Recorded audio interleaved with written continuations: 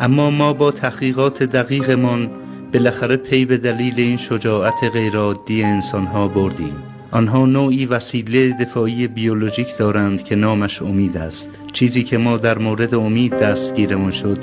این است که یک جور سپر حفاظتی نامرئی است که باعث می شود آدم ضد ضربه شود و آدمها را دچار این احساس می کند که در آینده همه چیز قرار است بهتر شود و یک جوری می شوند که در مقابل همه سختی ها مقاوم می شوند و اگر اتفاق بدی بیفتد خوشحال می شوند که اتفاق بدتری نیفتاده. مسئولین زمین که هم دلسوزانه برای آدمها کار می کنند بیشتر از این که با آنها امکانات و کار و مسکن و اینها بدهند امید می دهند که جواب می دهد و کم خرج و بسترفه است و به نسبت مساوی بین همه تقسیم می شود و کسی سر آن با دیگری دعوا ندارد، زیرا منابعش نامحدود است و سهمیه بندی و کارت و کوپن و اینها نمی خواهد.